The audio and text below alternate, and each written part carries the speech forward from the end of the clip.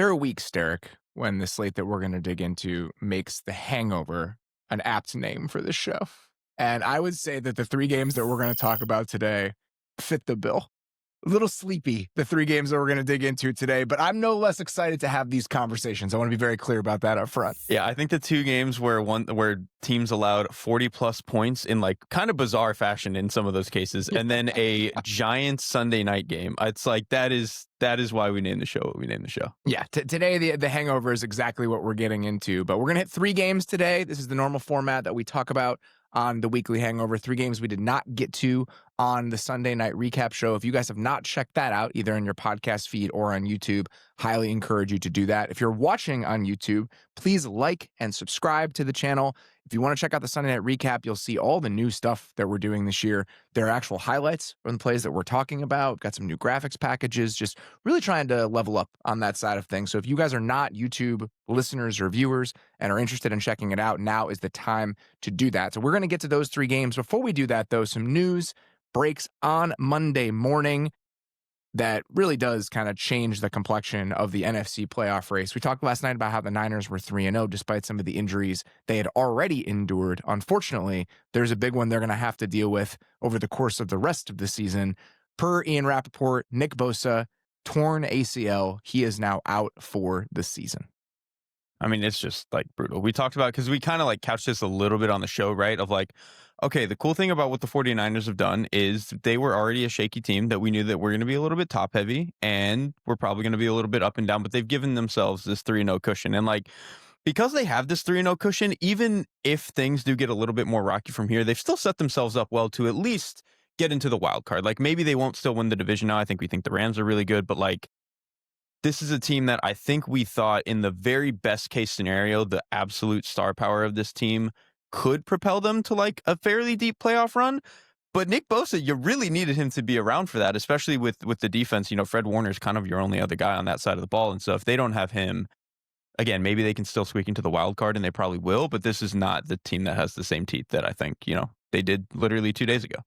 The defense has shown some impressive flashes early on, despite how young they are. I think, you know, Michael Williams had a couple moments. Upton Stout has had a couple moments. He's nasty. So, I mean, they are playing at a really high level so far through 3 weeks, and this is take it with a boulder of salt. We got 3 games. These are all very, very small samples. They're 6th in defensive DVOA through the first 3 games of the season. I think Robert Saleh has done a very good job.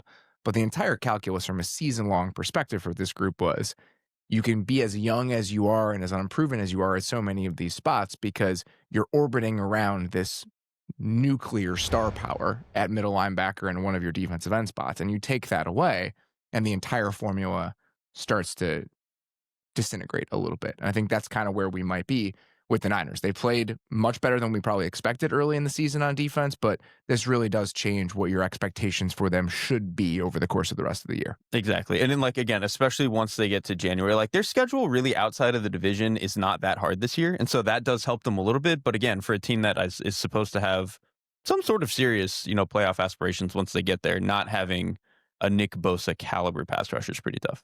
And the other part of it is that, you know, Bryce Huff is kind of their third pass rusher. He's a great third pass rusher. You can use him situationally. When that's all you need him for. That's exactly. And so now it changes the slotting of everybody else. And it's a really big blow for a defense that really was relying on those stars as they had some of those younger players come along a little bit slowly. So 3-0 for the Niners, but the entire thought about when we were talking about them last night was when they get healthier, what will they look like?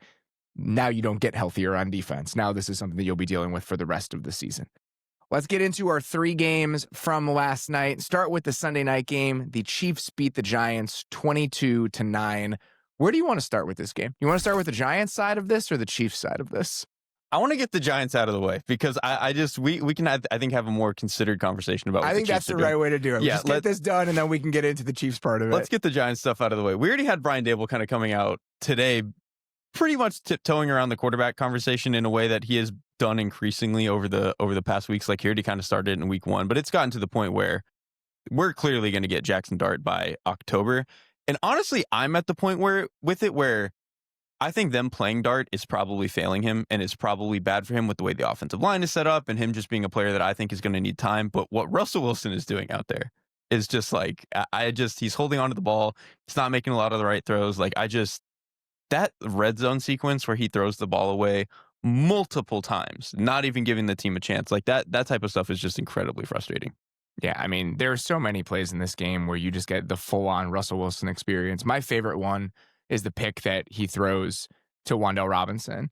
And that's a big crosser coming from right to left, and he just never looks at the backside safety. And then there's an inbreaker coming wide open yes. underneath it, and he just doesn't even look at it. And the Russell Wilson experience, we've known this over the last few years. There is no more pronounced touchdown to check down player in the league right now than Russell Wilson probably is, because the scramble element is completely gone. All the other guys who play touchdown and check down, the check down part is mostly them taking off with their legs. He does not have that option anymore. And there were so many moments in this game where you really feel the limitations of playing that way. And we talked about that coming into the year. Dart is going to give them some limitations in some ways, but are those limitations worse than whatever limitations you're going to live with Russell Wilson? After watching this offense again last night, I'm just not sure how that could be the case. That's the thing. I'm not sure Dart is going to be any better, but I'm pretty fed up with the Russell Wilson thing. And like, even so in this game, the Chiefs play a lot of too high generally, but they were like extremely willing to play a lot of too high. They played 50% cover two. Yeah. 50%, 5-0. Because if you're going to be in this cover two, it's like, all right, you're either going to hit on your deep shots, which Russ really did not do at all in this game, splitting the safeties and stuff like that, or underneath, you're going to be perfect. And Russell Wilson, even at his best, was literally never that player. And so like they just dared him to do that.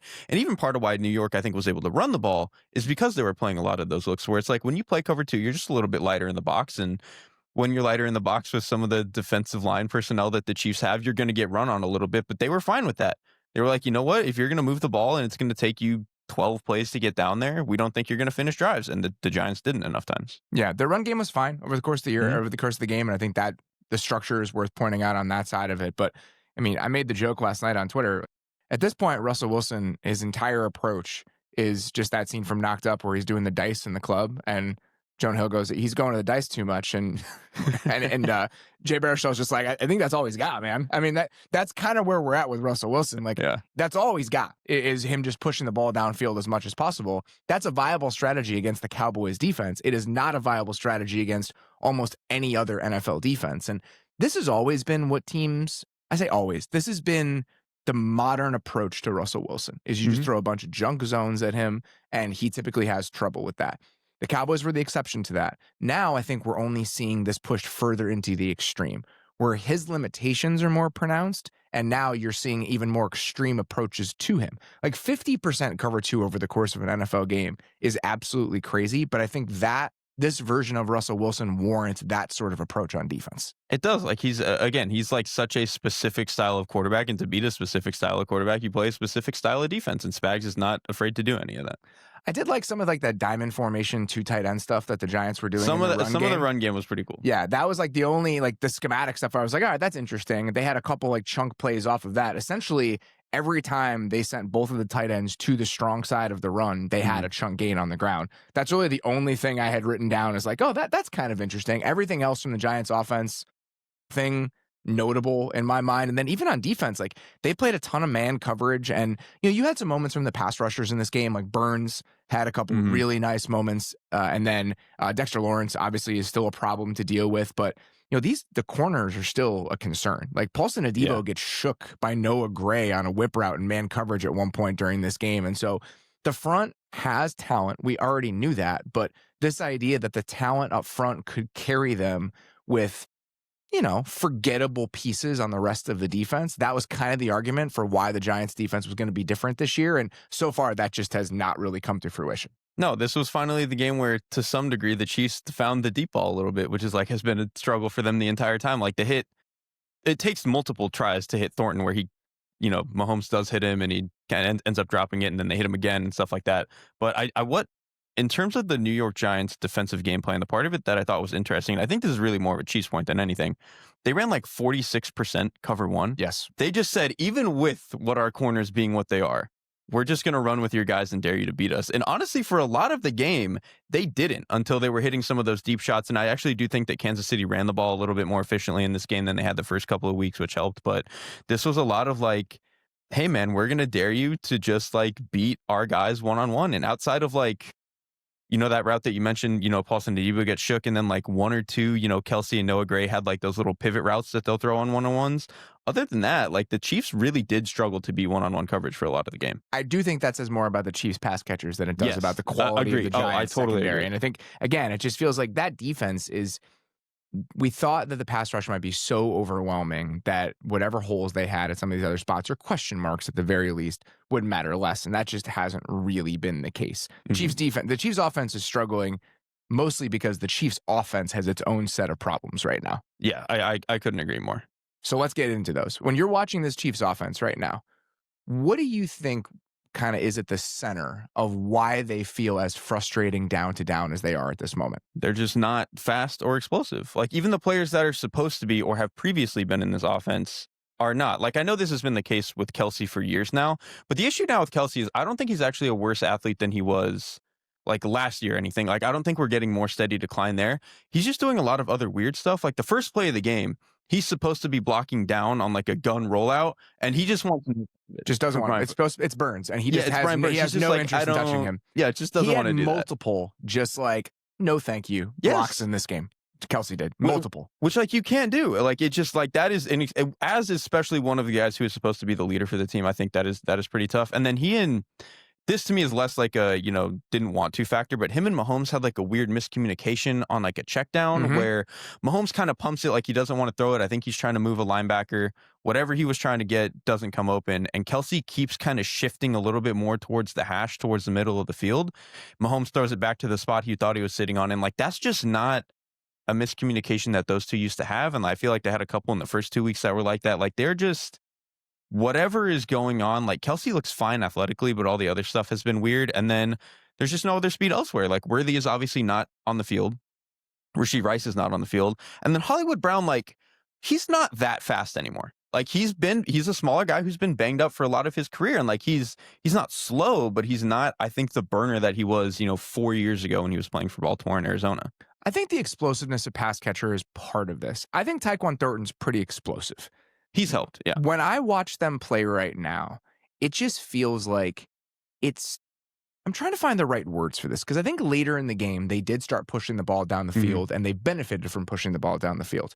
But when I watch them right now, it just feels like an offense and a quarterback to an extent that's just very risk averse, right? I think he's just very aware, even in games like this, where the pass rush isn't overwhelming. He's just aware of it at all times. Like any little color, and he's trying to buy time outside of the pocket, or he's trying to get rid of the ball. And if you look at it in this game, nearly half of his attempts over the course of the entire game came in under 2.5 seconds. And that's kind of how they've played over the last couple years.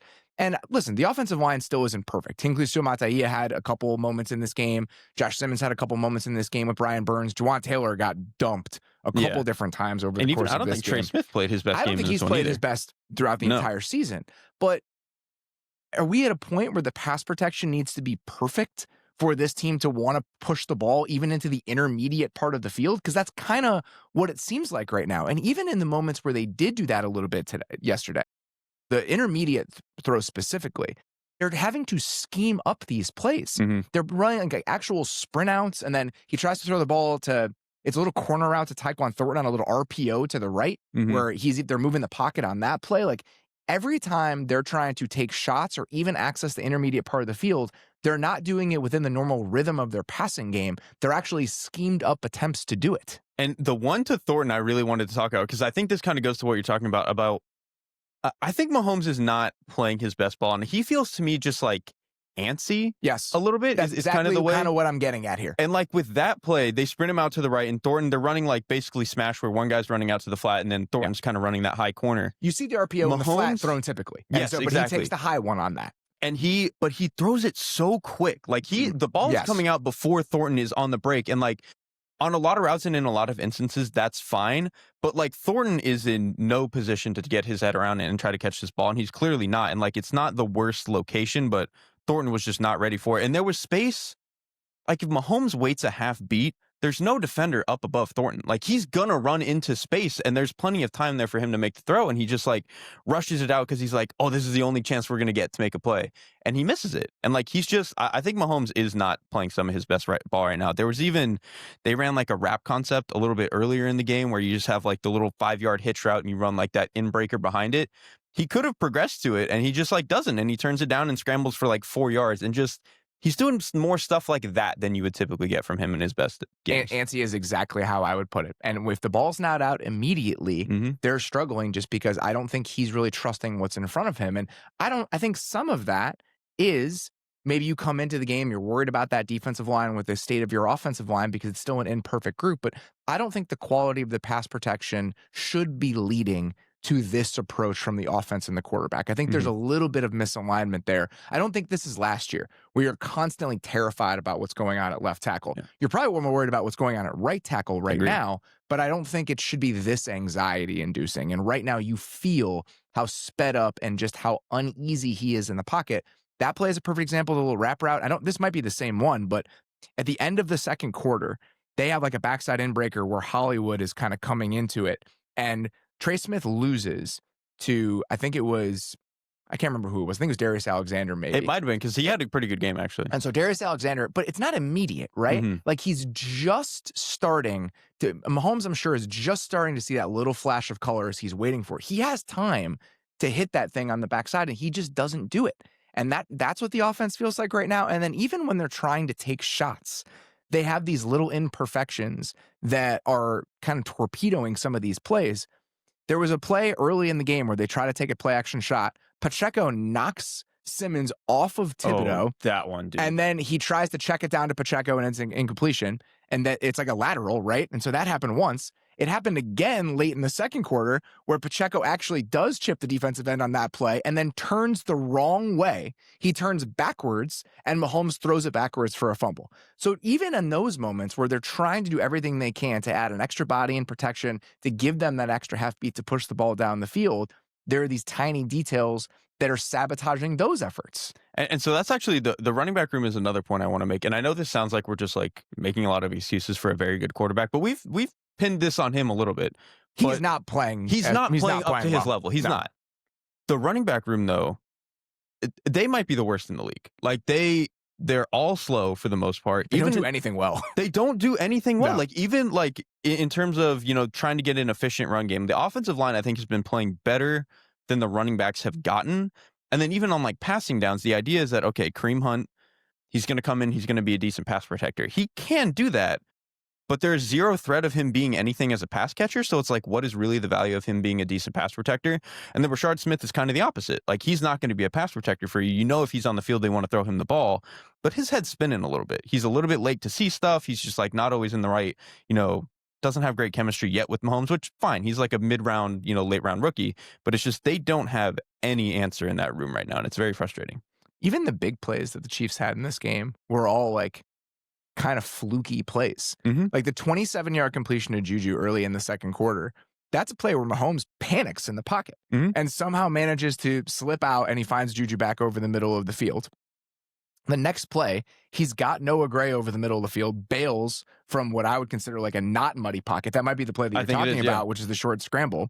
And then there was a couple other big plays in this game. The 3rd and 6 completion that he has to Thornton down the field later in the game, he's not even throwing that to Tyquan Thornton. He's throwing it to Hollywood Brown on the crosser. And that one was like, that was the most, he got smoked on that play, by the way. And he was just like, I'm going to throw it, and it probably would have been complete to Hollywood Brown if Tyquan Thornton had not caught it. It's still a great throw, but even that is a fluky moment, and that's kind of what this offense feels like right now. All the explosives in this game were essentially screens, flukes, or that across his body crazy throw to Tyquan Thornton at the end of the game. That's it. You can count them on one hand. And even that, the throw we're talking about to Thornton where Mahomes gets smoked, the only reason Thornton even ends up open, if you want to call it that, is him and Kelsey both get jammed at the line of scrimmage, and they both get beat so bad by the defenders that they just like kind of run into each other, and it creates this mess, and Thornton just, happens to squirt out of it and get free and then catch that ball. Like, it was just fluky.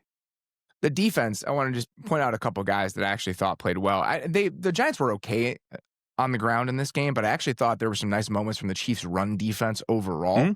Like Chenal, continues to be a really useful player against the run. The fact that they just line him up at the edge on early downs, even when they're in 4 down, they're in nickel. And he's just playing that left defensive end on early downs. Like, there are very few linebackers in the league I think you'd feel comfortable doing that with. He does it capably. I thought that Nick Bolton actually had a really nice game. He did. There were a couple moments where he gets a little bit lost, but he has a PBU on 4th down on the first drive. He has a run stuff with late in the second quarter, which is also a nice play by Omar Norman-Lott. He snuffs out a Scatabo screen late in the first quarter for a 1-yard loss, and then he just takes grass with about 3 minutes left in the second quarter for a TFL they actually had with Chenal. And so this team still can defend the run. Like, they still have the component pieces to be good at that. And even though the Giants had a couple slash gains in this game, I think down to down, the Chiefs' run defense, there's still a lot to like about it. Yeah, I think given the structure they were playing with, they actually played like a pretty decent game. And even some of the ones that they gave up were kind of fluky, like, or not fluky necessarily, but like one of the Scatabo runs, I think he got an 11-yard gain. Nick Bolton meets him in the hole, and he just like misses the tackle, which he rarely does. Yeah. And like Scatabo just bounced off him. And that was kind of the whole thing with Scatabo to begin with. And just like, they're at least generally in the right spot. And like the Bolton play, I really wanted to hit on the PBU he gets, where that one is really cool because I think it's a 3rd down. The Giants only have 2 receivers to the right-hand side. So it's like, and they call this cover 0 blitz. So it's like all the people on the Chiefs defense, they know the ball's coming out, and since all the receivers to the right side probably coming out that way, Nick Bolton just does a really good job of instantly like, okay, ball's going to come out, boom, get my hands up. It's just like, he's a very smart player. I have sometimes issues of like, can he get to the perimeter when he needs to? Sometimes he gets lost in space, but like, he's a very, very put together guy mentally. With the Chiefs offense, the last thing I want to ask you just before we move on, what is your faith that this gets sorted out? Do you think we have enough examples where what it's does just sorted out mean? They get back to like a back half of the top 10 sort of offense when it comes to like down and down efficiency? I think when Rashee Rice is back, they can be like the 9th best offense in the league again. 8th best offense, something like that. Well, how do you think that manifests? Like, why do you think him coming back is what allows them to get to that place? Because they would finally... I'm having trouble visualizing. Because to me, I think the issue with the offense right now is they have 0 players where we say if we find a way to get him the ball, he's going to do something for us. Rashee Rice is at least that. And I think it at least forces defense to think about something in a way that they don't have to right now, where it's, again, right now you are having to bank on some fluky stuff or are schemed up plays like some, little 5-yard BS route to Travis Kelce. Whereas at least with Rice, it's like we can get him on the move. We can get him running. He can make a guy miss and he can turn 10 into 25. Whereas they just don't have anyone on the roster who does that right now. Let's get to our next game here. The Vikings absolutely destroy the Cincinnati Bengals 48-10. And I think that there was some hope that the Bengals offense with Jake Browning could still be okay, right? I mean, we saw this in 2023 where they were still able to be an efficient group with Browning, given the pass catching talent on that team. I actually thought that was a really nice moment in 23 for the offensive staff for the Bengals.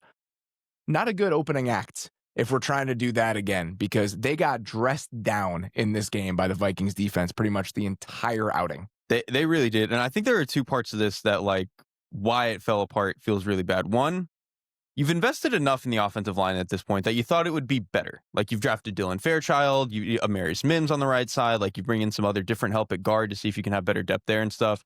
And they got mashed in this game. Jalen Redmond looked incredible. Levi Drake Rodriguez and Jalen Redmond looked incredible in this game. They looked insane. And then obviously, like, Jonathan Grenard gets his, like he's a really good player. Like, everyone up front for Minnesota had a really good game. And like, part of what kind of fascinated me too is Flores went back to, other than 1st and 10s, like on 1st and 10, they were in base defense, did a lot of simple stuff.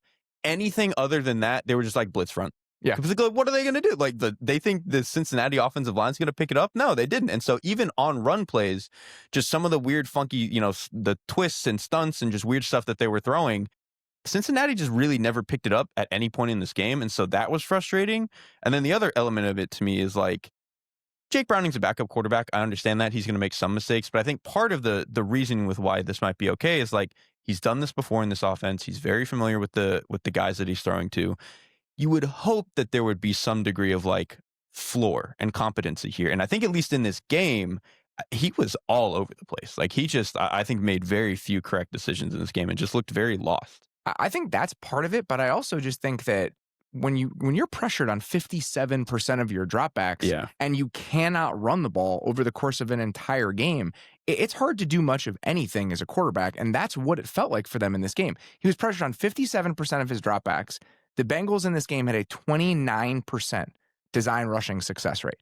If you look at the stats over the course of the season, Chase Brown so far this year has a 25% success rate on his runs over the first 3 games of the year. His expected yards per carry is 2.9 yards per carry. That is dead last in the NFL for all players with at least 40 carries. The run game has just been completely DOA. And there, again, this is not Jonathan Allen and Javon Hargrave ruining your day. This is Jalen Redmond and Levi Drake Rodriguez ruining your day. Like, they were the entire interior of the Bengals offensive line was outmanned for the entire game against nominal backups for the Vikings. And then if you extend it to even like the higher paid players on this team, Orlando Brown had a rough day against Jonathan Grenard in part, but also in the run game. And so there's really no one up front for the Bengals that is a plus for you right now along the offensive line. I know you're going to play worse teams and worse fronts than the Vikings, but yesterday they had no one that was a plus for them. And that unfortunately extends to the tight ends. Like, the tight ends are negatives in the run game. And it was such a telling difference when you watched the perimeter run game of the Vikings in this game versus the perimeter run game for the Bengals in this game. Dallas Turner actually did a very good job of this, but multiple guys for the Vikings just really collapsing the edge every time that there was a puller, just setting the edge incredibly well. Squeezing the air out of it. Like, that's what you got to do against pullers. Squeezing out the entire, everything that was on the perimeter, they're just squeezing and condensing it. And then you look at the other side of the ball, and it was the exact opposite. The Vikings captured every edge they wanted to in the run game throughout the entire day. And I think when it's something small, but when that is so pronounced on both sides of the ball, that's how you lead to that's what leads to a performance that feels as lopsided as this one was. Yeah, I mean, not to jump to the other side of the ball necessarily, but you mentioned the Bengals' incredibly low success rate as a rushing offense. The Vikings had a 50% rushing success rate in this game. They got whatever they wanted. They were good in the red zone. They were good on like goal and short. They were good in, again, getting a lot of these wide zone plays that they were going for, really getting the edge when they wanted to. The tight ends, again, blocked really, really well. Like, they did a much better job of putting this offense together in a way that the Bengals just really struggled to. On one more note about the Vikings defense, I think the front, everybody had a moment in this game. Have a day, Isaiah Rodgers.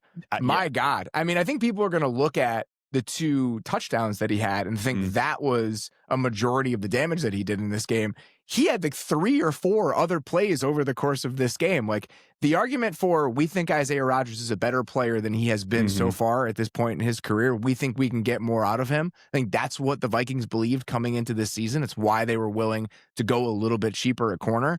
This is a pretty good point in their favor in that argument, what Isaiah Rodgers put on tape yesterday. I already trusted Brian Flores a lot, but I had some concerns about what the secondary would look like this offseason. I'm getting to the point with Brian Flores where it's like, if he says the DB is good, then I think the DB is probably good. And Isaiah Rodgers was definitely that. I actually looked this up too.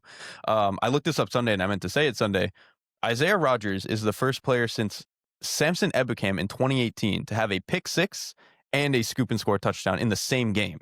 And Ebukam did that in that ridiculous Chiefs-Rams game that like a million different things happened. But he's the first player in a very long time to have a day like that. So you add that on top of all the other plays he made, just like insane. He forces the fumble on what, in my opinion, is the funniest play of the day. That is easily the funniest play of the day. The forced fumble from Isaiah Rodgers, that's not his scoop and score. Just explain what happened on this play, because I think that there's no better play to explain what the Bengals offense was today than that. This is how you explain a team that lost by 38 points. So this is just inside the 2-minute warning in the first half. T. Higgins gets illegal motion because they move him over to the right side, and then Jake Browning snaps the ball before he can get fully set. So T. Higgins' illegal motion, plays already screwed no matter what. Then they roll with the play. Jake Browning scrambles out to his right, crosses the line by like 2-3 yards, throws the ball still. So illegal forward pass there. So you've already like double penalty on the Bengals.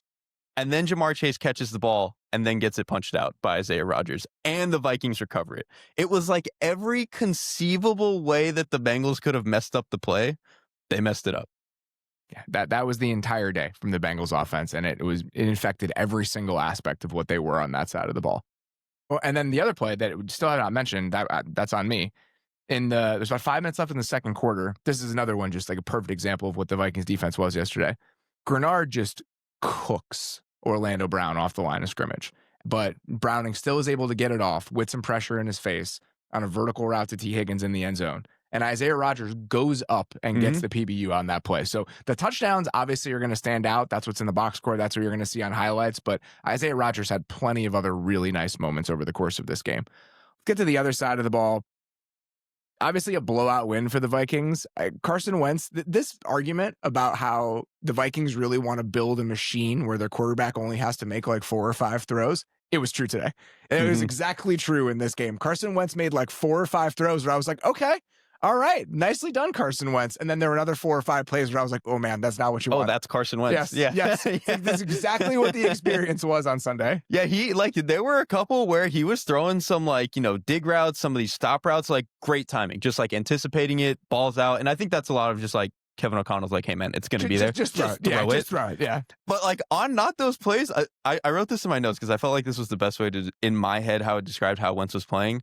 Carson Wentz was moving and acting as if he was like playing a quarterback in a commercial. He was doing a lot of like pump fakes that seemed a little bit unnecessary to like move a linebacker, like the way that he was scrambling outside of the pocket, where I don't think he's nearly the athlete that he was like 5 years ago. And not like it felt a little bit Russell Wilson coded, actually, like where he can do a lot of that stuff. But he did what he needed to do in this game, given the Brian Flores was doing on the other side. I mean, the first throw he makes on that little like bender to Justin Jefferson on a high-low, like in the first quarter. Spins it in there. I mean, that's like, all right, I'm into that. He throws a slant to JJ at the end of the second quarter that goes for 36 yards. Jefferson's way more physical after the catch than he gets credit for. Like, I think that people think about Jamar Chase as this like force of nature player, and Justin Jefferson is maybe a little bit finesse. Yes, I think finesse is the correct word. And I actually think when Jefferson gets the ball in his hands, I actually do think he is a more physical player than he gets credit for. And that was a perfect example. Like, it's a slant, and he breaks multiple tackles to get 36 yards on that play. And then there was like an outbreaker to TJ Hawkinson on time. That's like, all right, nicely done. But you can probably count them on one hand, like the nice moments that we had from Carson Wentz. And then on the other side of it, there were a couple moments where it's like, all right, I really don't know what to do with this. Like, there was a play action shot late in the first quarter, and the Vikings do an incredible job of this. The Vikings, and I think Ben Johnson with the Lions over the last couple of years, I think are the best examples of this, where they do such a good job on some of these play action concepts, whether it's the tight end or the back. They're going to get a little piece of the defensive end, and then they're going to leak out late as the check down. They're going to be there. And on this play, it's a boot. All the down the field routes are not there. Jordan Mason is just standing there in the flat, and Carson Wentz is looking at him and just takes the sack, and it's like the check down's right there, man. And so you had both sides of the coin with the Carson Wentz experience in this game, but they were so good in every other area where it just didn't matter. Exactly. Like, I think this was the case last year where the quarterback is going to make like 5 plays where you're like, come on, man. But can you make enough of them on the other end where it all kind of comes out in the wash? And I think like Wentz did not play well. I don't even think he played like as well as Sam Darnold's like mediocre games last year, but he didn't need to. Like, when the defense was doing what it was doing and the run game was doing what it was doing, which that was kind of like, I don't know if I want to say you could give Darnold a pass for some of his bad plays last year, but like they were in a lot of tougher down and distances, and the pass protection wasn't as good.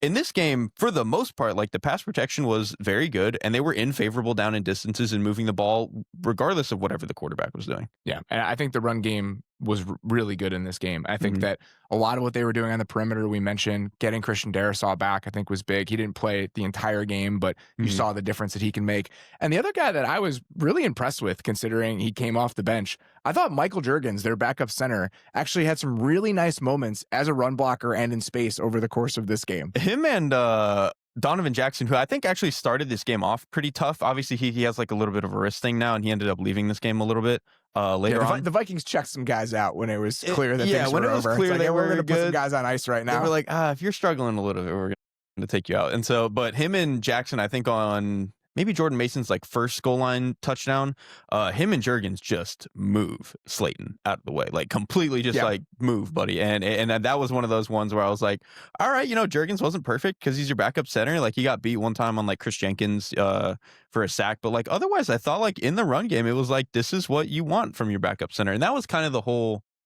bargain, right? A little bit with the Vikings is it was like, you've invested so much in your starting lineup now that you've bumped some other guys who were maybe would have started a lot more games for you last year. Now they can just like be guys who you get by with for a little bit. And Jurgens did that. Yeah, I thought he did some really nice work in space. The last unit I want to mention just very briefly before we get to the next game.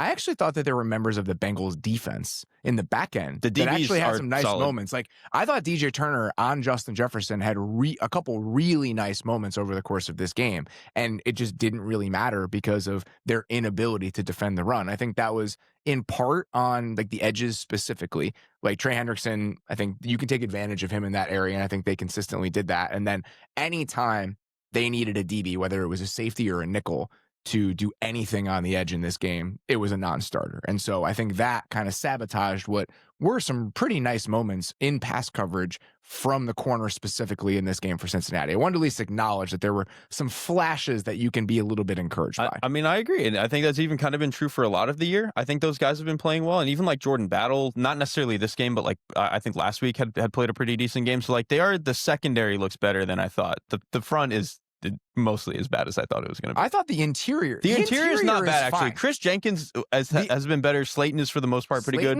BJ Hill had a couple of... the D tackles, not bad. The D tackles when it comes to defending the run are actually okay. They were having all of their issues on the edge in this game, and I think the Vikings knew exactly where to pick at it, and they were successful throughout because of that. Last game here, the Washington Commanders beat up on the Las Vegas Raiders 41-24. You mentioned we had 2 defensive touchdowns for the Vikings in this game, and then the special teams for Washington. It takes a lot for me to mention the return game and the gap in return quality between two teams.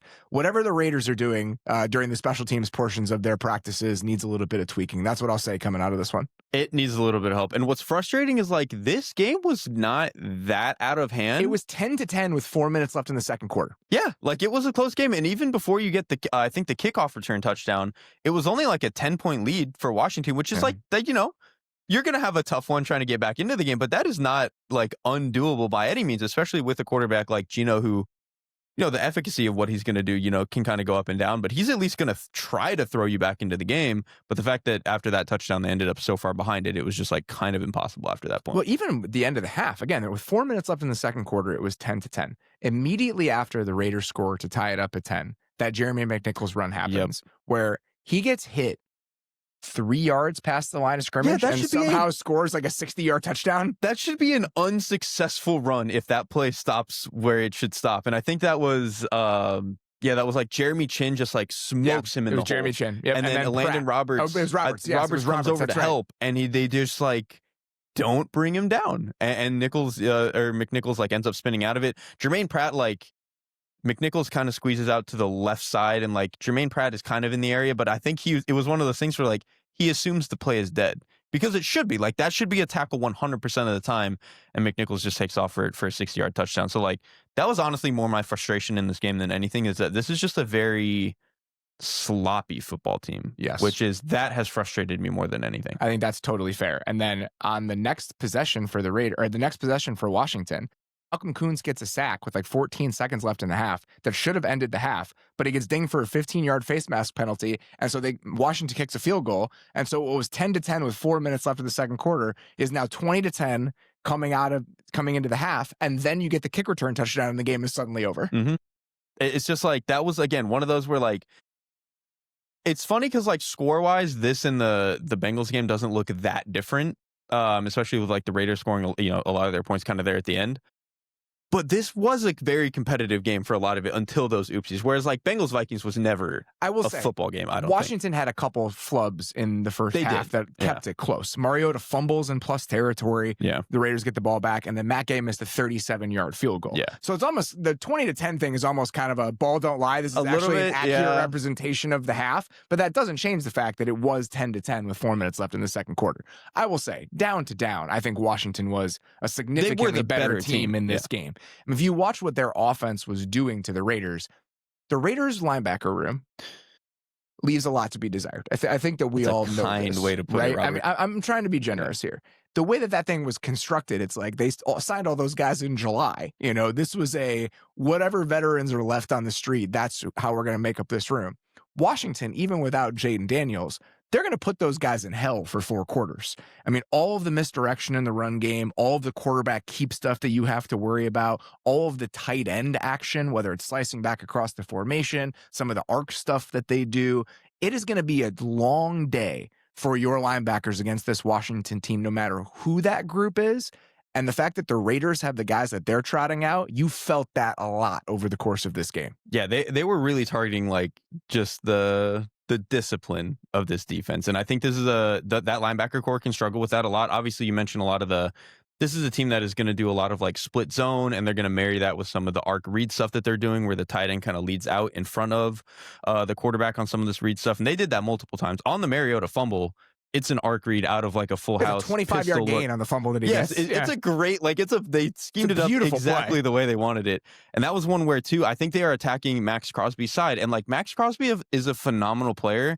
Every now and then he can get like cat chasing a laser. But I think against this offense, it's easy to get that way. Exactly. And I think and you should. With the construction of this defense specifically, I would leave him unblocked all the time. That's what I would do. I'd be like, we're going to leave you unblocked. We're going to throw 6 different misdirection elements at you because we know that the 10 other guys on this defense, it's over. We're going to block them up. We are absolutely going to take advantage of whatever that looks like. And that is the problem for the Raiders right now. It is Max Crosby and absolutely no one else that you were consistently afraid of. Yeah. And even in the passing game, I thought they did a good job of like targeting the middle of the field. Like maybe to me, Mariota's like best throw of the day is like, a little bit later in the first quarter, they got back to him at a 1st and 20 for some sort of penalty, and Mariota splits the 2 hook defenders with a really nice dig out to Deebo Samuel, who drops it, which is kind of unfortunate. But like, even he was willing to target some of that. And then I also thought the corners for the Raiders, I thought had a pretty rough day. And like, this was again this is not necessarily a receiving core that is always going to punish you for that.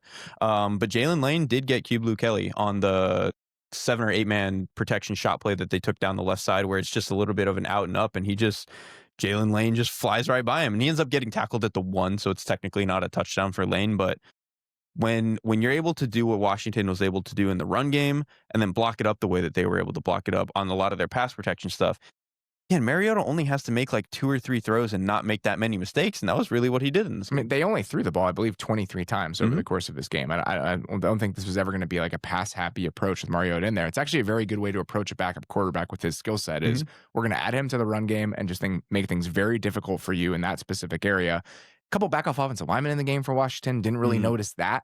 You know, I think you mentioned the Vikings going out and getting some guys and that bumping everybody down the depth chart. That was part of the argument for Washington's strength on offense coming into the year is they would be able to endure a couple offensive line injuries and be fine. And they're without Sam Cosmi in this game. They're without Brandon Coleman in this game. They bump Andrew Wiley into guard. Chris Paul, who's played a decent amount in the NFL, comes in at the other guard spot, and they were able to consistently run the ball. And so their ability to handle some attrition up front because of how that room is built, I think you're already seeing some of the benefits of that. Yeah, definitely. Like Chris Paul actually had, there were a couple decent moments of him against Adam Butler specifically, who like I think is generally a pretty solid, like especially run defending player. But he had a pretty tough day against, what is, again, mostly a backup offensive line for Washington. Speaking of offensive lines, going to the other side of the ball, that's really the only thing that's worth talking about. I don't think Geno played great. I think that there were a couple times where he invited pressure because he turned down some throws. But that is unusual for him. I will pin on him. I think when Geno's playing at his best, when foot hits the back of his drop back, he's ripping it. And he's just not doing as much of that the past couple of weeks. He did week 1 against New England, but I think the past couple of weeks he's a little bit struggled with that. And that's like, I understand some of that because guys are not always open and they would be tough throws. But that on top of how poorly the offensive line is playing, that's how you end up in the spot it's a cascading effect. And I think that people are going to look at some of the plays he made out of structure and having to create a little bit and be like, oh man, Geno was under siege the whole game. And that was true. But I think a couple of those moments, he's inviting some of that and having to wiggle himself out of it. So I think that Geno didn't play a perfect game. I think, it has not been his best couple weeks, but the offensive line definitely is the bigger culprit and why this team continues to struggle. 56% pressure rate for Washington in this game. Geno finishes 7 of 14 for 74 yards on those pressure dropbacks. Not pressured in this game, 12 of 15 for 215 yards. So it really was every time they drop back to pass, Washington had some sort of answer or advantage when it came to the pass rush. And I think they had a really good plan. Like, there were a decent amount of simulated pressures in this game. Bobby Wagner has an unblocked sack. He has an unblocked pressure. I think they did a really good job of just figuring out where they could pick on this front for the Raiders. This is an issue because coming into the season, I think, and this is true, I think, with a lot of offensive lines in the league, what the Raiders did up front last year, there were enough moments where I was like, okay, like, I can understand moving forward with this group. Let's see how it goes. And then you kind of rise and fall. If you build it like that, where it's like, we have a certain floor with the offensive line, you're going to rise and fall because of what the infrastructure looks like offensively and what the coaching looks like. And I think when you look at the Raiders offensive line this year, you're getting the worst versions of every single one of these guys. DJ Glaze, as a third-round pick last year, it's like, all right, you saw some flashes. Like, you can build on this. He has not been good, and he struggled on Sunday against Dorrance Armstrong specifically, but it was a tough day overall for him. Colton Miller, especially in the run game, like, really getting very little done when they're asking him to pull, even trying to get to the second level. Payne just like just dumps him. He's supposed to trap Daron Payne on that play, and Daron Payne just dumps him in the backfield. And then you combine that with the fact that you come into the year, you drafted Jackson Powers Johnson. Well, you didn't. Maybe that's part of the issue here. The previous regime drafted Jackson Powers Johnson in the second round. He misses last week of the concussion. He doesn't play this week because it's a short week and they wanted to maintain the continuity they had up front. And Alex Kappa is your right guard. And it's just a tough day at the office for Alex Kappa. And considering the last couple of years and how they've gone, I'm not sure why that's necessarily surprising. And so I think that this offensive line, I understood coming into it this season with this personnel and thinking, okay, there was enough last year to lead us to believe that if this group continues to grow and develop, we could be fine here. And I just think that, again, you haven't had any positive growth or development from anybody among that group, which is comprised of a lot of young players. Exactly. It's comprised of a lot of young guys. And again, none of these guys are playing, I think, up to their level. Like, even Colton Miller, who is supposed to be this guy is fine, and we know that he's a decent starter. Like, he, I think, did not play a very good game. We mentioned the play against Payne, but I think even in pass protection, he had a couple of rough moments in this game. Like, it was just, he was not at his best. I also think, too, this Washington defensive line is kind of built exactly to beat an interior like Las Vegas is. And what I mean by that is, like, I think the Las Vegas interior guys move well. Not Alex Kappa necessarily at this part in his career, but I think Meredith moves well, and I think Dylan Parham moves well.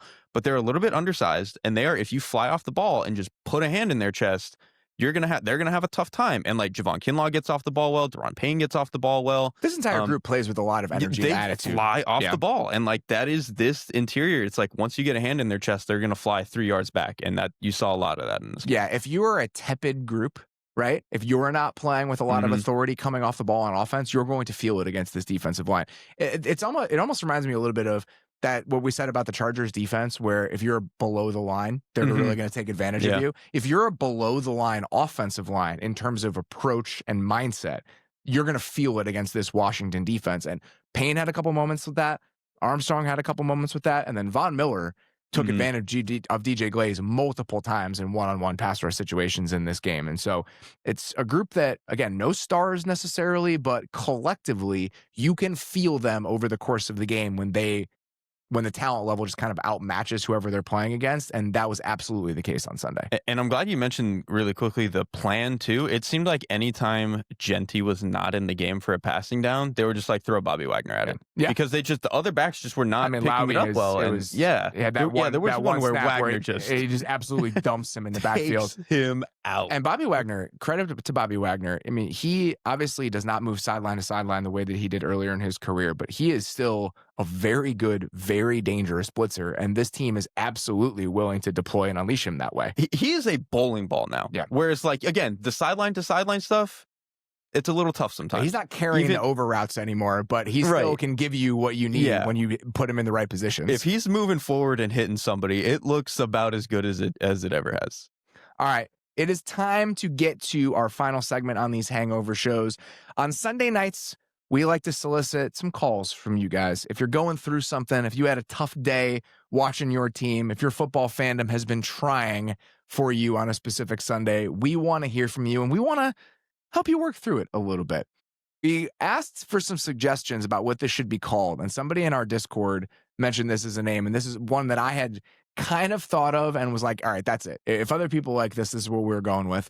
Moving forward, we're calling this Monday Mourning with a U. So this is our Monday morning segment for week 3. Beller, you got like 3 voicemails for us. Let's see if we can help these people maybe a little bit. Hey, Robert, this is VJ. My team didn't break my heart. I'm a Dallas Cowboys fan. I have died numerous times. And today, just died a little bit more. The Cowboys are the worst organization I have ever seen in my life. And they bring nothing but misery to Cowboys fans, but joy to just about everyone. Also, Eberflus finally fixed Caleb. For some reason, I thought there would be more after that. I'm glad that that's where it ends. I don't really know what to say about the current state of the Dallas Cowboys. It's frustrating to me because a lot of the elements of the Cowboys offense, and obviously you lose CeeDee Lamb at the beginning of that game, and you're going to be without CeeDee Lamb for an extended period of time now, and that kind of chips away at what I'm about to say. But when this group was fully healthy over the first few weeks, it was everything I had ever really wanted out of a Dallas Cowboys offense. Nothing crazy, but we're getting 2 legitimate receiving options on the perimeter. You have league average rates of like motion, play action. Every time I complained about the lack of how static the Dallas offense felt, for the first 3 weeks, I don't think Brian Schottenheimer is Kyle Shanahan, but I think they're doing what is necessary to get to a place where you are dangerous to deal with Dak Prescott as your quarterback. And so I was really enjoying it. I was really enjoying watching the offense. And then at the same time that is happening, the defense completely collapses. And I think some of the plan on offense, going out and getting Clayton Adams, trying to just be a little bit more dynamic on that side of the ball, fully support it. And it has ended up working out. They have, do you know who has the best rushing success rate in the league right now? It's the Dallas Cowboys. Yes. And I think, again, this is exactly what I wanted the Cowboys offense to feel like this year. And then on defense, when you're trying to figure out a coordinator, you go out and get a guy who wants to play a ton of zone when you have constructed your entire DB room over the last 4 or 5 years to be this sticky man coverage team. And then in order to, at the same time, while you're doing that, you trade away one of the best defensive players in the league. And so on multiple different fronts, you're just sabotaging whatever this was supposed to be on that side of the ball. And this is what you're left with as the Dallas Cowboys. Like, legitimately, if they had Micah Parsons and someone who was calling defensive plays that at least made more sense for the secondary, they would still have issues. It's not a very good secondary right now. It's not a talented group, but it is constructed in a way that is not set up to play this way. Exactly. And like, I had this issue with Eberflus, especially back in Indianapolis, where like, if his defensive personnel is not exactly what he wants, he kind of falls back into this mode of like, we're just going to put a lid on anything. We're not going to do anything. We're going to play a lot of cover 2, and we're going to hope it doesn't go wrong. Except it's not working. But it like didn't work that well in Indianapolis, and it's definitely not working now when you don't have enough pass rushers to make it work like that. Yeah, the defensive plan, I think, just never really made sense, and I think you're seeing some of the limitations of that. And then I don't need to go on like another Jerry rant, but I will just acknowledge something he said yesterday that's absolutely hilarious. Did you see that he said that if there was a special like difference-making player that was available, they would consider trading away the Packers picks to go get that player? Did you see him say that yesterday? You were making this up. There's no way. I swear to God, I swear to God he said me. that. It's just, I just don't understand like how as a Cowboys fan you could look at anything they're doing and have any sort of faith in this organization, like period. That is like completely incoherent thinking. It's all been incoherent thinking lately. And even and we were talking about this on Saturday, and me and you and Dave were hanging out watching college football. And just previously, in previous eras of the Cowboys, when Jerry was actually the one like pulling the strings and making a lot of the personnel decisions, it was haphazard. It was scattershot. It was not rooted in any sort of logic most of the time. But at least there was a level of ambition to it, right? Like they were trying something. Mm-hmm. He was making moves. He was trying to go get talent. They were trying to win. And even if you could argue with the effectiveness of it, I think you at least had to appreciate the fact that he was trying to get stuff done. Now, it's all of the incompetence and incoherence with none of the ambition. And that's why, to me, it's just like, screw this. There's no part of me that has any sort of respect for how they're approaching this. The old part of it, the old method, at least it was like, all right, I don't agree with this, but at least I can appreciate it. Here, there's absolutely none of this. It used to be a spectacle because it was aggressive. And again, they were trying stuff. And again, a lot of it was bad, but when it worked out, it was incredibly cool. And they did some stuff that was good and fun. And now it's like it's a spectacle because they don't do any of the things right, and they're not taking any of the risks that they were supposed to, and they still kind of present themselves as this like Hollywood-esque team, but they don't do any of the stuff that would like actually support being that kind of team. And now we have to watch this team that can't stop anybody try to keep up with opposing offenses without CeeDee Lamb for the next like month. So I really wish I had some sort of solace to offer you as a Cowboys fan. The offense should still be fun to watch when CeeDee Lamb gets back. That's pretty much all I can give you at this point. For about 31 other fan bases, I think I could twist myself into a pretzel and give you a little bit of optimism. Yeah, I'm the wrong person to ask when it comes to like talking you into the Cowboys right now. This is Josh. I'm a Broncos fan living in Kansas, which has made the last 8 years a special type of insufferable. It was this game against the Chargers where the rug came fully out from underneath me. I try so hard to not fall for it, and I let myself get gaslit by the local media and by Sean Payton into thinking that I had hope at the quarterback position again. And it wasn't until Justin Herbert was melting my face with this performance against a defense that is every bit as good as I thought it would be, really, contrasted against Bo Nix in this game trying to put on his big boy pants, that I'm just numb. I'm just numb, and I'm resigned to a life of being the team that everybody always says is a QB away from serious contention. That's my lot in life now, and it is what it is, I guess.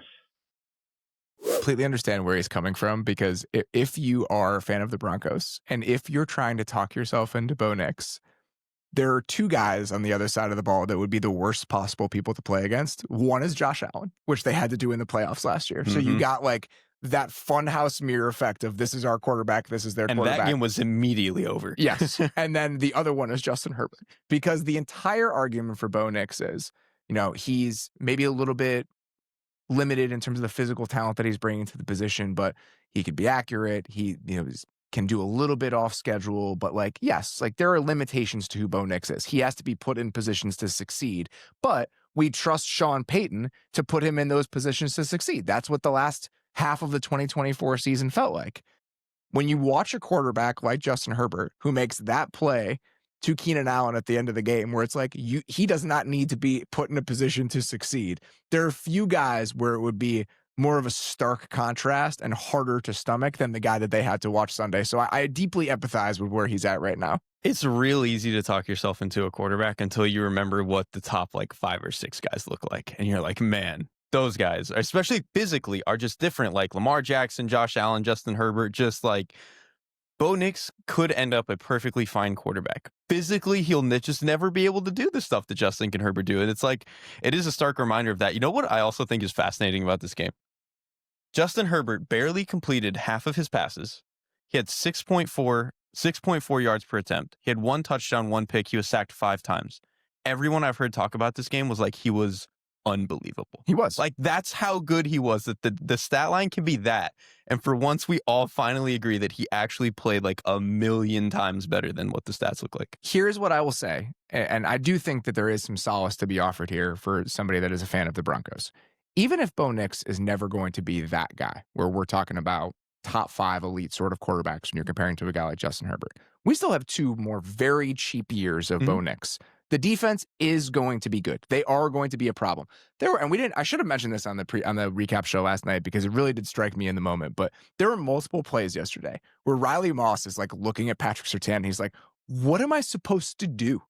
Right? What am I supposed to do in this situation? That is not going to happen every single week. So you played a buzzsaw quarterback yesterday. You played a buzzsaw offense the week before. I do think that there will be much better days ahead for the Broncos defense specifically. That is going to come. And I do think that there will be better days ahead for Bo Nix. We've already seen them, right? Even if there are going to be some limitations, and Bo Nix is already 25, but 25 isn't fully formed as a quarterback. This is somebody who has started 20 games, not even, over the course of his NFL career. It's still very early in Bo Nix's time, even if he is a little bit older. And so I think take a breath. The defense is going to be very good. The defense is going to keep you in games. I do think that Sean Payton still has it, even if it's been a little bit rockier to start this season than it looked for most of last year. So this is one of those moments where it's like, it's only 3 weeks. You're still not out of it in the AFC. That second tier of like wild card AFC teams still very much in play. And so we're only 3 weeks into the season, and it's a long, long way to go before you start freaking out when you have a roster as talented as the Broncos do. Let's get to the last one, Bauer. What's up, Robert? This is a dejected Bengals fan calling in, man. It's about time. I've been saying it, honestly, since the Super Bowl run. Zach Taylor is not an NFL head coach, and this performance on Sunday just proves it. He's got to go. There's no way with what you think is on this offensive line, it's as bad as what is on the field. There are other coaches who are supposed to be offensive gurus who do more with less. If you look at the Rams offensive line, even Mike McDaniels with the Dolphins offensive line, it's always a question, they got to do more on the offensive line, but they still manage to have a functional pass game and a run game. Zach Taylor, he cannot put together an offense. And I understand, hey, Joe Burrow wants to run these certain things, or, this is what he wants. He wants five out in the route so he can just sit back and diagnose. Hey, coaches coach. Say, hey, we're going to run these concepts, and it's going to make your life easier, and you won't get hit as much. But guess what? Even when he does those things, this offense is not functional. He's got to go. I think it's a really good argument. I think it's actually like there's a lot of sobriety in that call, considering what the Bengals looked like yesterday. I have been a defender of Zach Taylor at times because I do think that the way the Bengals organization operates puts him in a tough spot just overall. Like what the personalities he has to manage, all of that, like the personal elements of being an NFL head coach, I think he does those very well. And I think for the most part, there have been stretches for the last 3 or 4 years where I think some of the offensive design elements of what the Bengals have done have been underrated. And I go back to a couple specific moments. I think it was the 22 season where they really tapped into like a specific kind of gun run game that was very efficient. They understood how it tied into the way they wanted to play their passing game in the gun. And it was like, that's a really nice like trial and error approach to offense, figuring out who you need to be and making it work. In 23, and I think this is the stretch that to me has earned a lot of equity for Zach Taylor as we like make arguments for what kind of coach he is. When Jake Browning had to play in 2023, they changed the construction of the offense to fit what Jake Browning needed to do for them to be successful. And so I think even if I've been a defender of Zach Taylor in some areas, if this keeps going at this rate, now you're having a lot of evidence on the other side of it. Where while the first Jake Browning experience, I think, was some evidence that even without Joe Burrow, this staff could create a functional offense. If it's going to look like it looked on Sunday for the rest of this season, and you truly might bottom out on that side of the ball, then I think what he's saying starts to carry a lot more weight. And so I do think that is the scenario where Zach Taylor could be in a little bit of trouble. Yeah, I think I pretty much agree with almost everything that he was saying. Like, I understand that Joe Burrow is a fantastic quarterback and that leaning into a lot of what he does well and what he wants makes sense. At the same time, I've been calling for like the entirety of Joe Burrow's career. Like, you need to do some more of the run a normal offense stuff. And I think some of that maybe a different coach would be able to draw that out of Joe Burrow. And again, Zach Taylor has done some really interesting stuff with the offense, but that is still a part of it that I really wanted. You mentioned the Jake Browning thing. We have evidence that they can do this with him. And like the offensive line really now is not worse than it was at that time, I don't think. And so like they should be able to piece something together here. So the fact that they haven't done that, and then also remove anything about like Bengals specific.